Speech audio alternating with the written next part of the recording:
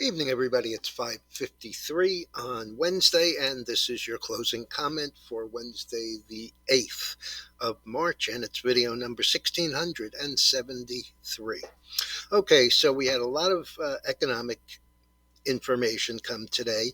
Um, Everybody saw that the ADP number was hotter than expected and hotter versus last month. So that doesn't absolutely guarantee that Friday's number is going to be in the same vein, but it is an indication.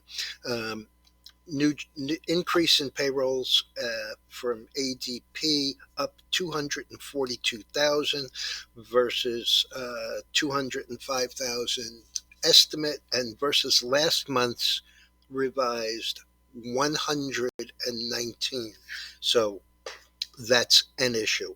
On the other side of that same coin, the JOLTS, which are job offerings, declined to 10.8 million versus 11.2 million last month. So that might balance it out a little. As I mentioned this morning, mortgage applications were up 7.4%, although sales have not followed. And as far as I'm concerned, the biggest economic indicator that concerns me, aside obviously from Friday's numbers, is the 210 spread. It is now negative 108 basis points.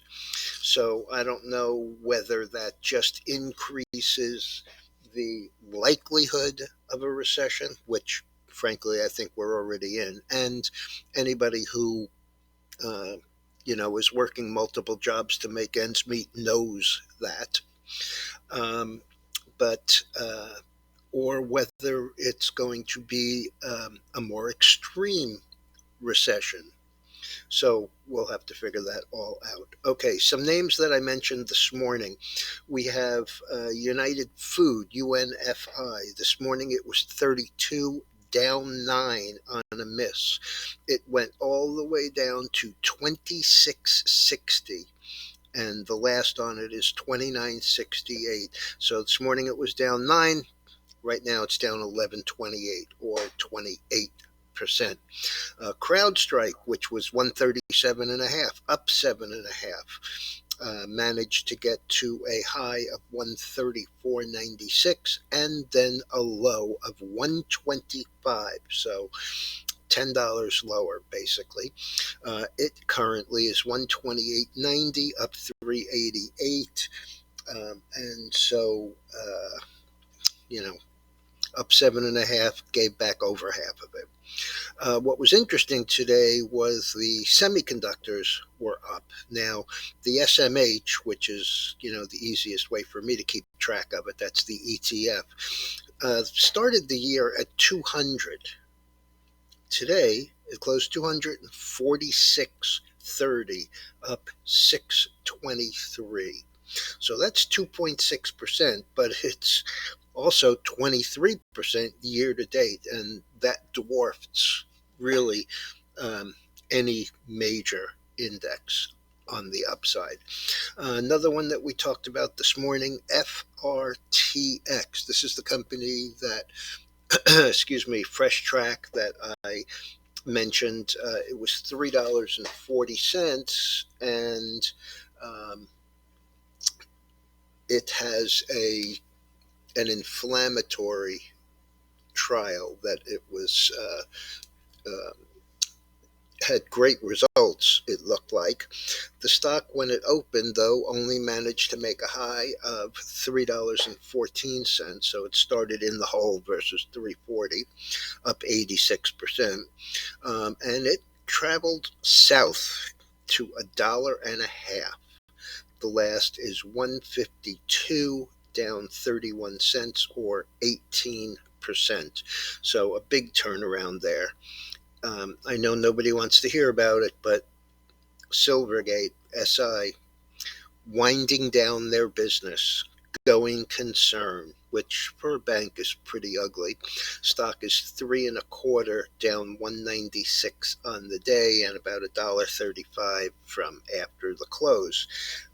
this is devastating for a company that really did nothing wrong except get involved with FTX, and really only on a business to business kind of basis. I mean, they didn't invest in it.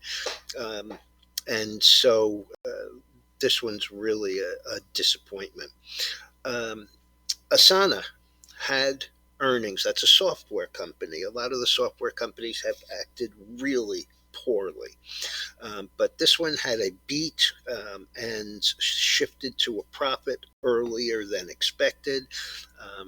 Don't get me wrong. It's not that this stock has not been pounded. It was as high as 145 and a low of about $14. Closed 1748 today. Excuse me, closed 1748 yesterday, 1780 today, and then the earnings came and the stock went to 24.36. So almost $7 off where it was yesterday. The last on it is 23.26, and that's up 578 or 32%. And I told you yesterday about how ridiculous it was for Weight Watchers, WW. Closed up 80% yesterday at 693. Today closed down 22% at 545, down $1.48. And I'm telling you, my belief is it will be lower. I actually looked at the 5 puts, but they were too expensive. And the award for how stupid could you possibly be tonight goes to WWE, who is going to have, they say, gambling. You know, it's all scripted. What could possibly go wrong there with at least several people knowing how it's going to come out? I just don't get it. It's like being a meteorologist and standing in a thunderstorm and saying, "Rain? What rain?" Okay.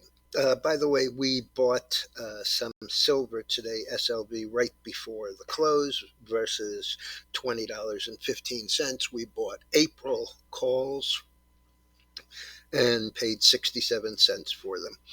As far as stocks, we were really pretty much dead flat, 15 to 14 up to down on the NYSE, with the Dow closing down 58. It was the only one that actually closed down on the day. Excuse me, NASDAQ was up 45. I mean, none of these are big changes. NASDAQ up 0.4%. We had the S&P up $5.64. We had the Russell up 75 cents. And the big gainer for the day were the transports up 79.85 or 0.5%. And that's really about it. Tomorrow, chart on the screen. The dollar continuing higher. As I said last night, this morning, I think this 106 to 108 area is a problem. This is 107, this is 108. So from there, this should be a little bit of a tough spot for them, especially since the bonds were only down a quarter. And as I mentioned, that 210 is, yesterday's number, which was only about 100, I believe, was the highest number since 1981. So we're going for records here. Anyway, the dollar runs into the 200-day MA at 106.43. This will be hard to get through unless something happens and there is a huge flight to the safety of the greenback. All right, everyone. I'll be back first thing in the morning, and tomorrow, being Thursday, is Claims Day. And that's really about it for economic activity. We have initial claims, which the consensus is about 198. So that dovetails pretty well with the 190 from last week, as well as the ADP number.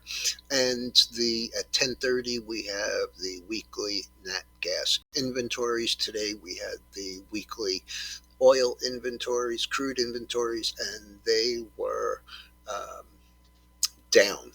They were a draw of 1.69 million barrels, following last week's build of 1.17. So not a lot of action there either, especially with the oil being back at 76.66. So we're getting towards the outside end of where it swings from and to.